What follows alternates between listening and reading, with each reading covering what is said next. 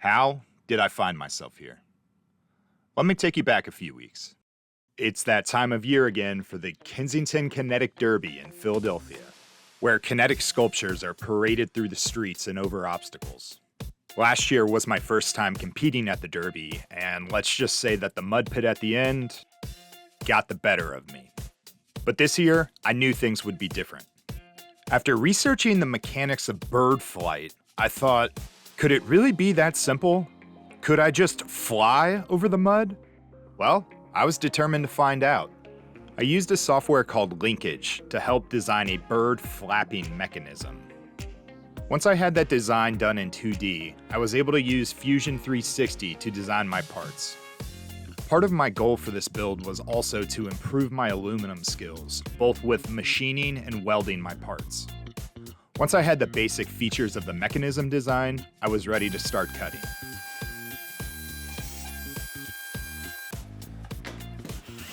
I used the CNC to cut out any of the parts that I needed precision measurements with, including the gears. My idea was to get the mechanism put together, and then I could just basically piece together the rest of the project as I went. I used square tubing and bar stock to create the rest of the mechanism. After a little finesse with sandpaper, I was able to get the bearings in their place. And we're ready to weld. I recently got an aluminum spool gun, and this is my first project using it by myself. There was a big difference in quality between my first and my last weld. But overall, they weren't too bad. Nothing that a little grinder can't fix. Once I had my bearing joints welded together, most of the remaining challenge was just figuring out the lateral spacing between parts. I did this by using all-thread rod and different lengths of bolts. And then by packing those joints with washers, I was able to get the right spacing that I needed for the mechanism to work without interference. Once I had my wings flapping, I decided to switch gears and start cutting out some of the decoration for the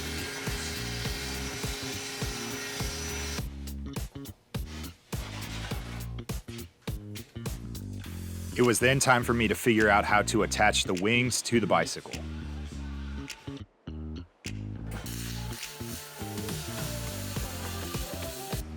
I used 3 points of contact between the rear axle and the bike seat to get a sturdy connection. Once I had the frame welded on, I 3D printed a wheel to make contact with the back tire of the bike. Then, using pulleys and a polyurethane belt, I was able to transmit that power up to the wings.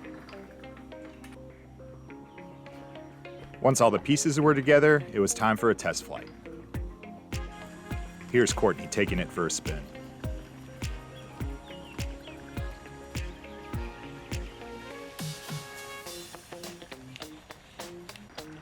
I added a spring to the mechanism to help prevent the wings from slamming down.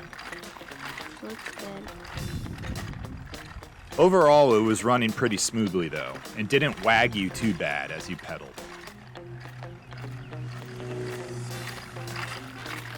After a minor tune-up, I think she's finally ready for the Derby.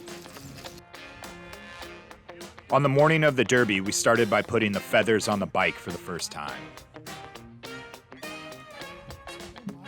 After a short test run, we were ready to pack up and head to Philly.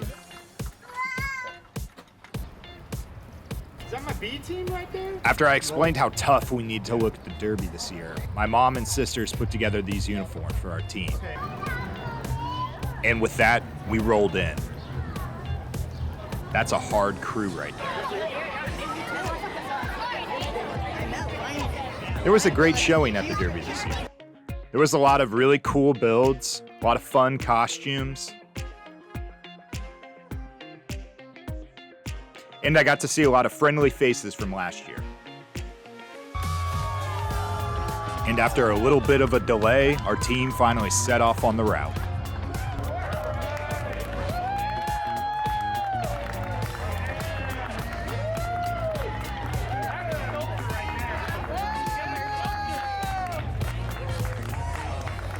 There's Lizzie, our beekeeper and photographer for the day. There were a lot of people out and about cheering us on. The weather was beautiful that day, so people were really having fun outside.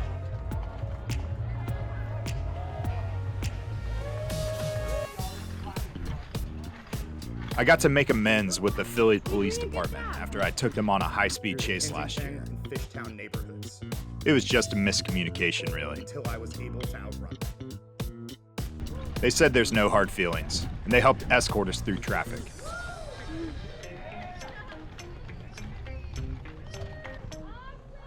Yeah! These guys were awesome.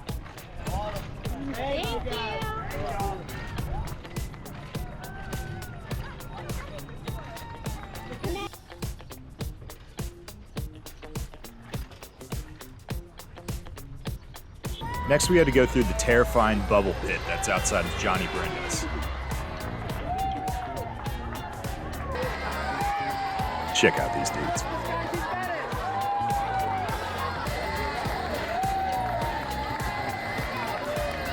Our team was able to power through the foam and come out clean on the other side.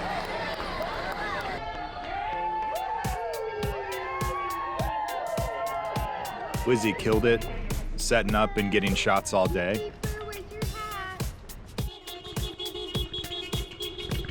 Yes, indeed!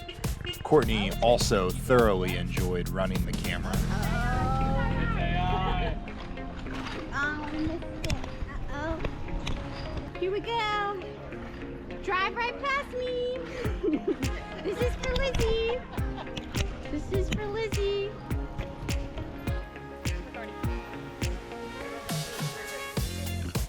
As we were casually riding through the city, a crowd at the finish line began to grow, and the chaos was about to begin. We got this dude up on a street sign with the rotary phone. I believe he was placing last-minute bets on the Derby. Our crew was the last to try the mud pit, and I sent out my B team first. Courtney was the first one to go, and we told her to hit it with everything you've got. Look at her go. My brother Michael was next on the Ferris wheel. This is the one I was riding last year that got stuck. Did he have the speed to make it through? And he did. And there I was, the last rider of the Derby. After a bit of a rocky start, thought I killed someone right there. I was finally on my way. After getting stuck last year, do I have what it takes to redeem myself and fly across the mud pit to victory? I did. I think really, it just wasn't as muddy as last year. I just had to avoid crashing into Lizzie. At the ceremony after, Locomotion Creations was awarded Best Design at the Derby. And we just went wild.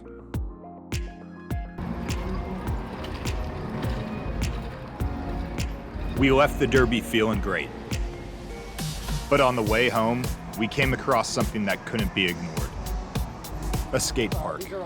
I felt like Icarus, learning to use my new wings, amazed by the beauty of flight.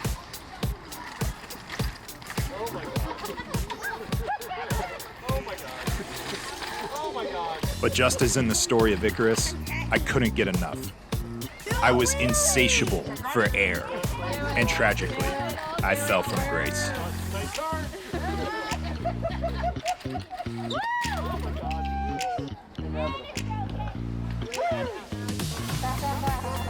Did it look true?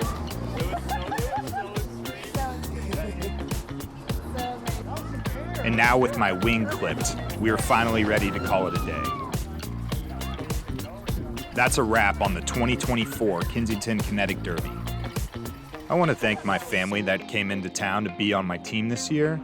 You guys were incredibly helpful, and I truly couldn't have done it without you. Big thanks to the Kensington Kinetic Derby. It was another fantastic weekend, and we can't wait to come back next year.